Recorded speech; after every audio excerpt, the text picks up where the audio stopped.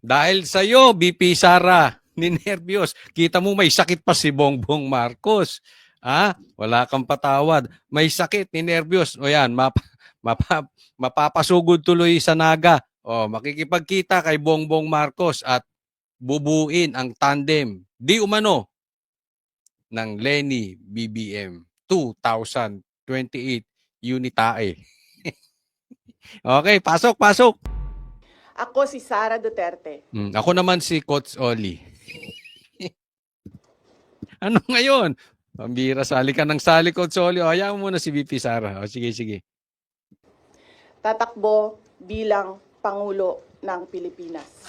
Sa maagang deklarasyon ni Vice President Sara Duterte para tumakbong presidente, nabuo ang iba't ibang senaryo na posibleng mga kandidato at tambalan sa eleksyon 2028 at lumutang na ngayon ang pangalan ni dating Vice President Leni Robredo. Ako, as far as I'm concerned, the strongest candidate na may chance to beat the Vice President Sara is Vice President Lenny. Ako sa totoo lang, ito'y aking opinion. So, aminin natin, ang talagang pinakamalakas na lalaban kay Sara, si Lenny. Yan po ang aking tingin dahil talagang yung followers ng Dilaw na kay Lenny, wala kay Risa. Pambira. Huwag niyo pasalihin dyan si Risa. Pambira kayo. Para kayong tanga. Kayong Dilaw, pinatunayan yung tanga nga kayo pag si Risa kinuha ninyong animal. Kasi walang ambag yan. Marami nga dyang ibang Dilaw, piklawan ayaw dyan eh. Saan ba sumulpot yan? Saan ba galing yan? So, walang maidadagdag. Si Lenny, meron na yan. Nakita naman natin na yan ang nanalong Vice President. Tinalo nga niyan si Bongbong Marcos. So si Lenny talaga, aminin natin.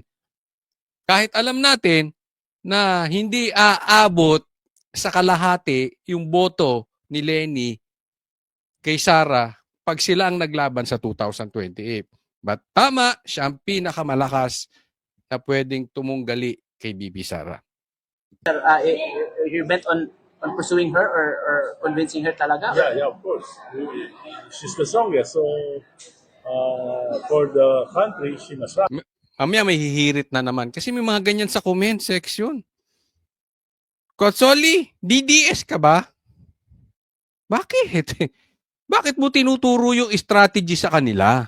Bakit tinuturo mo sinasabi mo pag si Lenny ang pinakamalakas? Alam nyo kung bakit?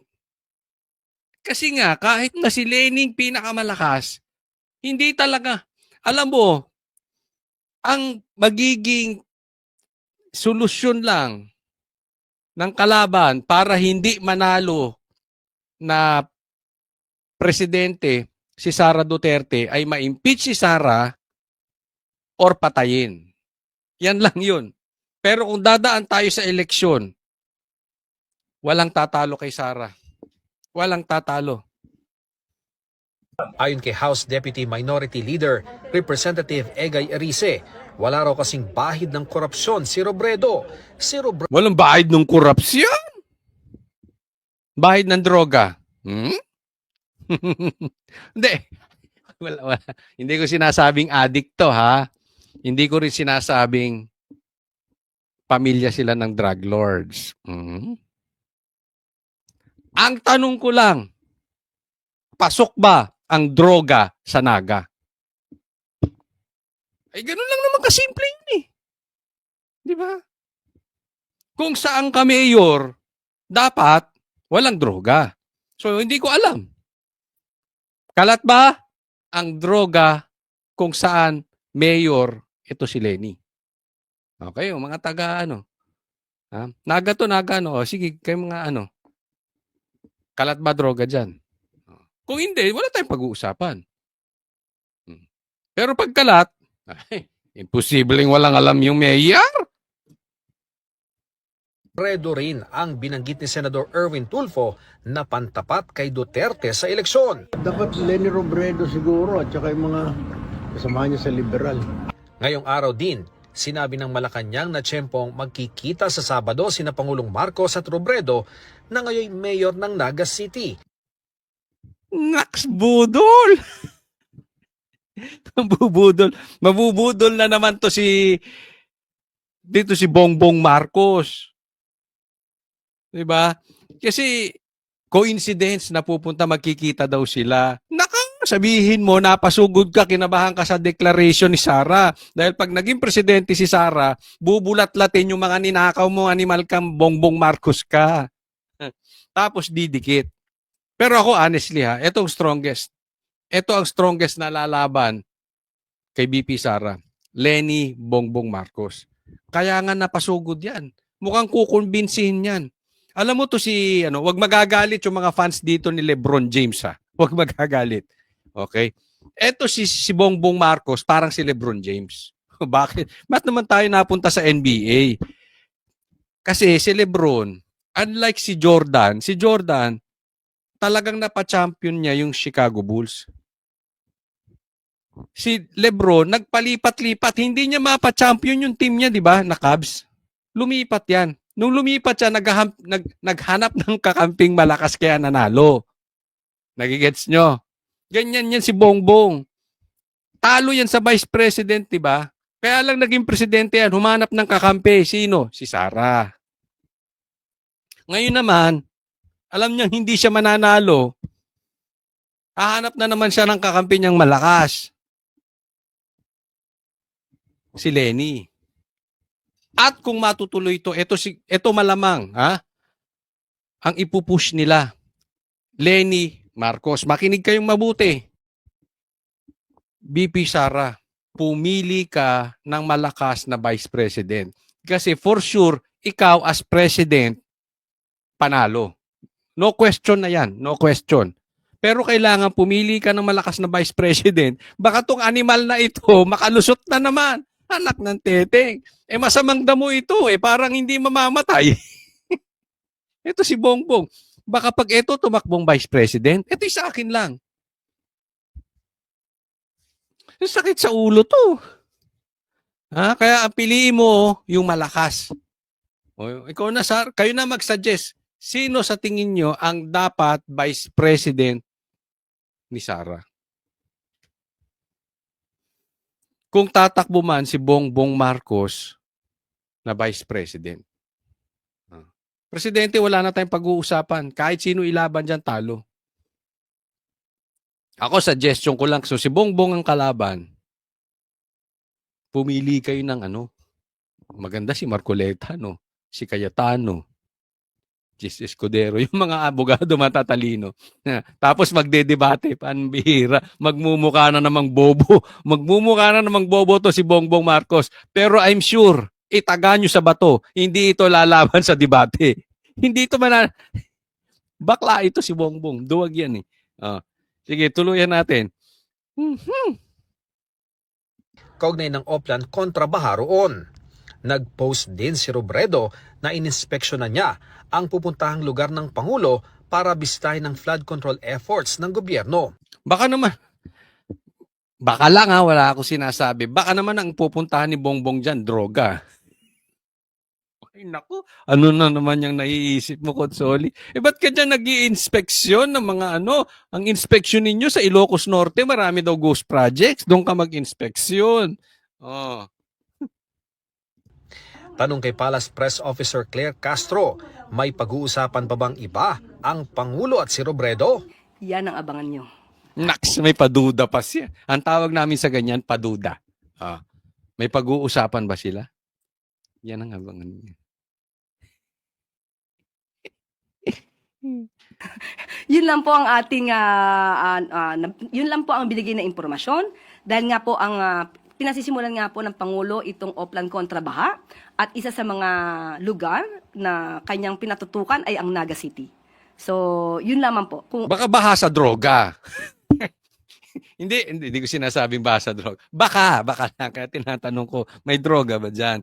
Dahil kasi dyan pupunte. Alam mo naman yung si Bongbong, hindi naman nagpupunta yan doon sa may mga baha talaga. Hindi naman talaga doon sa may mga ghost projects. Kasi dapat kung may mga baha ang pupuntahan, dapat puntahan niya yung Ilocos Norte. Oo, doon may problema eh. Ano pang pag-uusapan nila? Abangan na lang po natin. Napo na rin na nakasuot si Castro kanina ng pink, ang kulay ng kampanya ni Robredo noon. Nice. That signals na nililigawan talaga ng administrasyon si dating Vice President Leni Robredo. Ikaw naman, nagsuot lang ako ng pink pero naagad mali siya. Hmm. Nililigawan daw ni Bongbong si Lenny. Ako lang, ito lang payo ko, okay? Ako, maaaring makinig kayo, hindi kayo makinig, pero sa yellow pink, pipili kayo ng kandidato. Sana hindi yung duwag. At sana hindi yung pipi. Huwag kayong kukuha ng kandidato nyo na pagka-presidente o pagka-vice president na duwag, bakla at pipi. Wag po. Bakit? Kasi magagaya kay Bongbong Marcos. Ang gusto ng taong bayan, yung hinaharap ang problema ng Pilipinas, nagbabalita patungkol sa Pilipinas, yung nakikipag-usap sa press para nakikita ng taong bayan ano ang plano ng gobyerno. Hindi nakatago sa palda ng spokesperson. Hindi duwag. Marunong sumagot. Hindi uutal-utal. Hindi takot sa debate. Kaya importante sa presidente at vice president candidates na marunong sa debate. Kasi pag yan uurong sa debate, asahan ninyo, hindi haharap sa media yan. Ano mangyayari? Kukuha na naman yan ng spokesperson ng tagapagsalita na attack dog. Oh. Di bali kung presidente, I'm sure naman hindi mananalo. Kaya lang yung vice president, wag. Gusto nyo ba yung nangyayari ngayon? Ni hindi nyo makita yung presidente, ni hindi mo alam kung anong nasa isip. Kung droga lang ba o droga? Droga ng droga. Hindi mo alam kung anong nasa isip eh. Bakit? Puro si Claire nagsasalita. Di ba? Oo. Di dapat si Claire na lang. Kaya nga no. Ganun pala. Ba't hindi kaya si Claire na lang ang patakbuhin nating presidente para sa Pinklawan o vice president? Total siya rin na magsasalita. Di siya na rin. Ikaw na lahat. O di ba?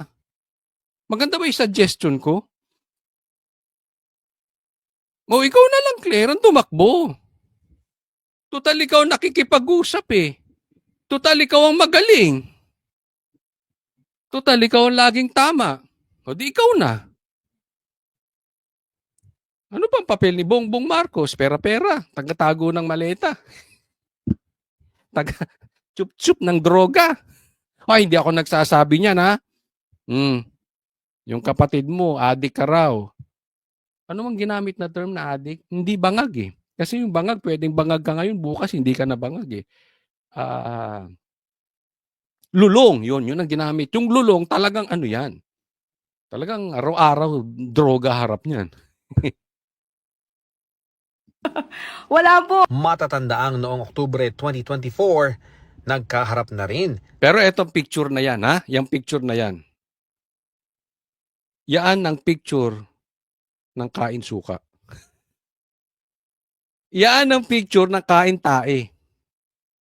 Alam mo, may mga nagsasabi nga, yung sakit ni Bongbong, di umano sa kolon. Parang ganun. Hindi ko alam kung totoo yun o hindi. Kayo na humusga kung totoo yun o hindi. Pero sakit daw yan dyan eh.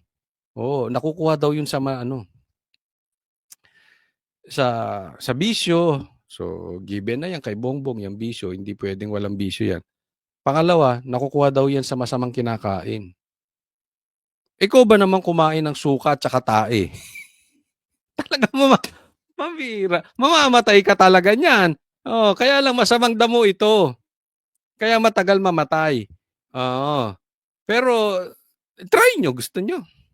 Kumain ng tae at suka araw-araw.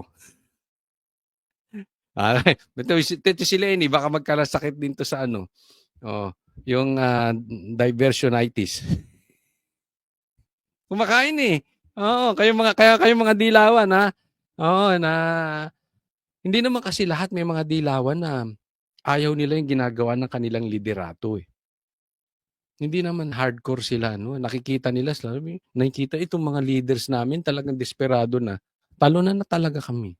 Kasi kinakain na nila yung suka nila tsaka yung tayo nila eh. O ayan yun, no? Diba? Sinabi ni Marcos, nandaraya to si Lenny. Sinabi naman nito si Lenny, magnanako. Nagsiraan sila, siraan ngayon, magkakampi sila. O di, ano, sarap, no? Sarap kumain ng suka. Taas ang kamay. Sino sa inyo dyan ang kumakain ng suka at saka tayo? Ingat kayo, ha? Oo, baka magniwi-ngiwi kayo. Pasensya na po sa mga kumakain, ha? Okay. Diretso na tayo. Ba't tayo napunta sa kain tayo? Sina Marcos at Robredo sa inaugurasyon ng Sorsogon Sports Arena. Tinawag pa ito ni Pangulong Marcos na political reconciliation matapos maging magkatunggali noong eleksyon 2022. Sa mga nag-iisip kung may nabubuo bang alyansa, sabi ni Castro. Wala po kasi talaga na pag-uusapan tungkol sa pangangampanya o kung sino man ang magiging kandidato sa 2028.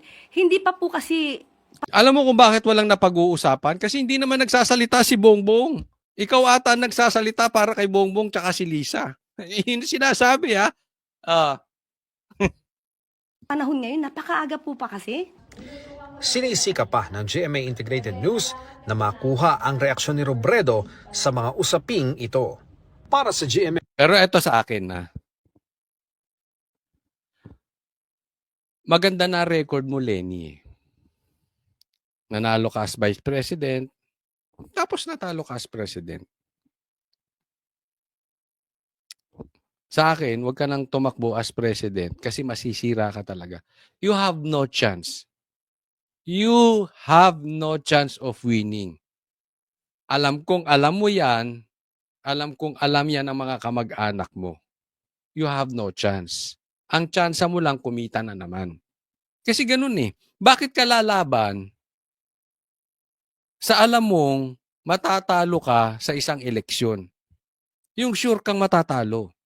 Everybody knows matatalo ka. So, bakit ka tatakbo? Maybe para ka kumita. Di ba? Kasi may kita dyan. Maraming magdodonate. Maybe for political connection. Maybe fame whore. Gusto mo lang sumikat lalo. Baka magiging vlogger ka na. Kasi talaga naman, yung ibang natatalo, iba tumatakbo lang para makilala. Tapos pag natalo, magiging lalaki na yung vlog. Yung ganon. Gusto mo lalong makilala. Pero yung lalaban kang alam mong talo ka, mas malaki yung chances na masisira ka lang eh. Masisira ka. But anyway, sabi ko nga, posibleng ito yung pinakamalakas na tandem. Lenny, Bongbong Marcos.